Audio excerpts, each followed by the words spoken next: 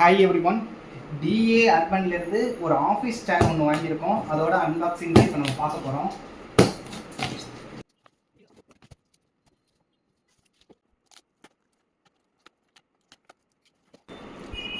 இதுதான் பார்த்தீங்கன்னா இந்த சீட்டுக்கு வந்து ஹைட் அட்ஜஸ்டபிள் பண்ணுறதுக்காக உள்ள ஹைட்ராலிக் இது.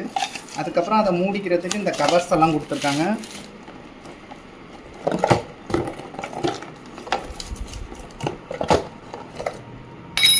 இந்த அது மேலே போடுற கவரு, அதுக்கப்புறம் பார்த்தீங்கன்னா ஒரு ஆலன் கீ ஒன்று கொடுத்துருக்காங்க. இது வந்து பார்த்தீங்கன்னா இந்த சீட்டுக்கு உண்டான பேக் ரெஸ்ட்.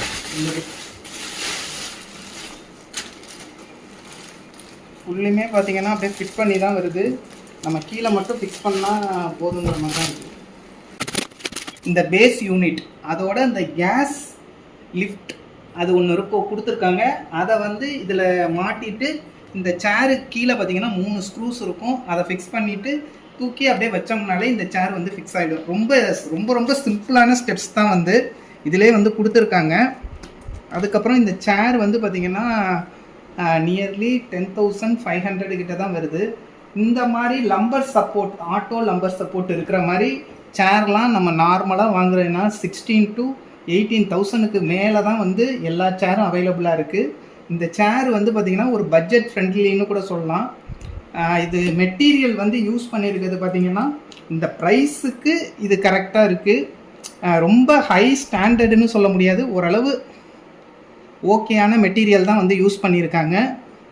இப்போ நீங்கள் உட்காடுறீங்கன்னா இந்த லம்பர் சப்போர்ட் கொடுத்துருக்கனால ரொம்ப ஃப்ளெக்சிபிளாக இருக்குது. அதுக்கப்புறம் பார்த்திங்கன்னா இங்கே பார்த்தீங்கன்னா இந்த சீட் ஸ்லைடிங்கும் இந்த இதில் ஆப்ஷன் கொடுத்துருக்காங்க. சீட் ஸ்லைடிங் கொடுத்துருக்காங்க. அதுக்கப்புறம் பார்த்தீங்கன்னா இந்த ஆர்ம் ரெஸ்ட் இருக்குது பாருங்கள், இதை இப்படி ரொட்டேட் பண்ணிக்கிற மாதிரி இருக்குது. அப்புறம் வந்து பார்த்தீங்கன்னா மேலே அதுக்கப்புறம் ஃப்ரண்ட்டு பேக்கு மூவ் பண்ணுற மாதிரி கொடுத்துருக்காங்க. ட்ரை பண்ணி பாருங்கள். தேங்க்யூ, தேங்க்ஸ் ஃபார் வாட்சிங்.